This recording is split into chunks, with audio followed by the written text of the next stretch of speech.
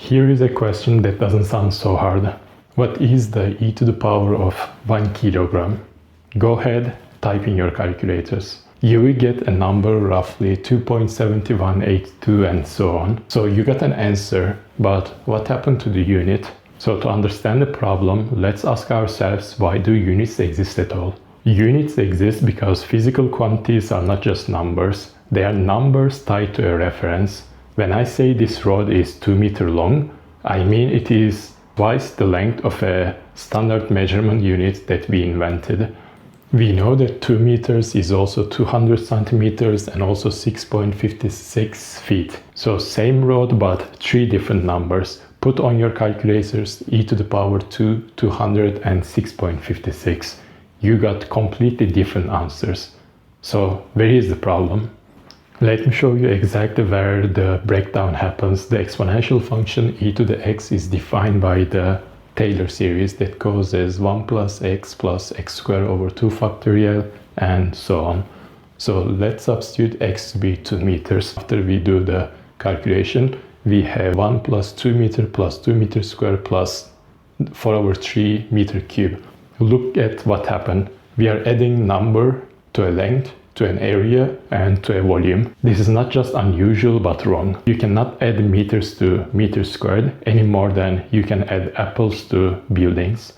Addition requires the same dimensions on both sides, yet every term in the Taylor expansion has a different dimension, and this happens regardless of you choose meters, centimeters or feet. The only way that the sum can be self-consistent is if x is dimensionless, if it has no units, then every term is a pure number that we can add. So the sum will be well defined. This is a generic rule and it is valid for so many functions that you are familiar with, like the trigonometric, logarithmic, the Bessel. Physicists don't write things like e to the power t. They write e to the power t over tau, where tau is a characteristic time scale.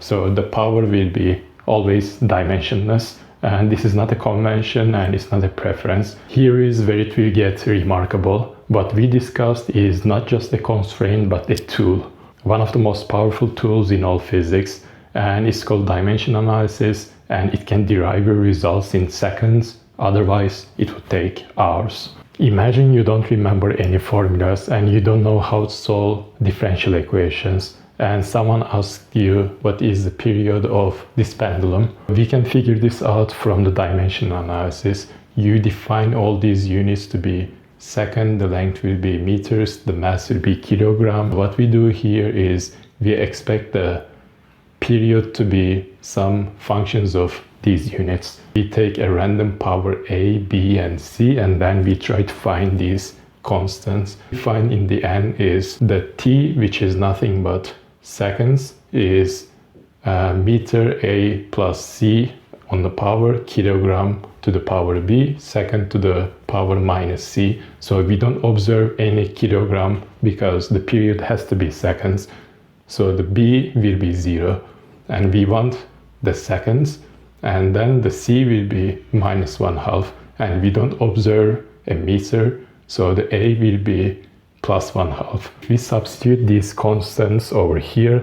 What we get is that the period is proportional to square root of L divided by G. The full result is nothing but what we obtain times 2 pi.